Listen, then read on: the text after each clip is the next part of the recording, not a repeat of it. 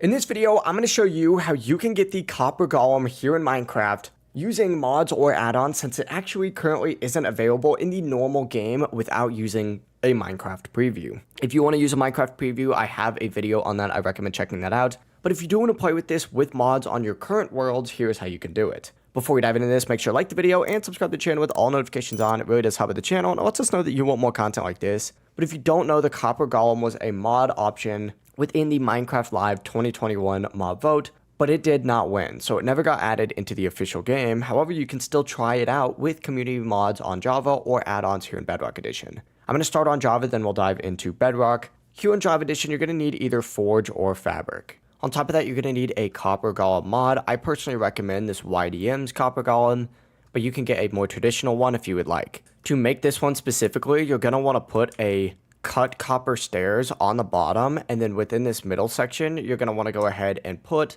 just a block of copper and a lightning rod up at the very top, and you're going to make yourself a copper golem. Pretty cool, right? On Bedrock, however, it does work a little bit differently. The way that you're going to want to go ahead and do this is by either going onto community websites and looking for a copper golem add-on, or going into the marketplace right here and then searching up copper golem up at the very top and finding one from this area. To actually make it here in Bedrock Edition, you're going to want to go ahead and first get a block of copper and then just a carved pumpkin, and simply place the block of copper down and then the carved pumpkin on top. But yeah, it really is as simple as that. If you guys have any questions, don't hesitate to ask us down in the comment section below. Just keep in mind, once again, that this only does work with mods or add-ons, and it's not going to show up in the vanilla game. If you have any questions, ask us down below, and I'll see you in the next video. Peace.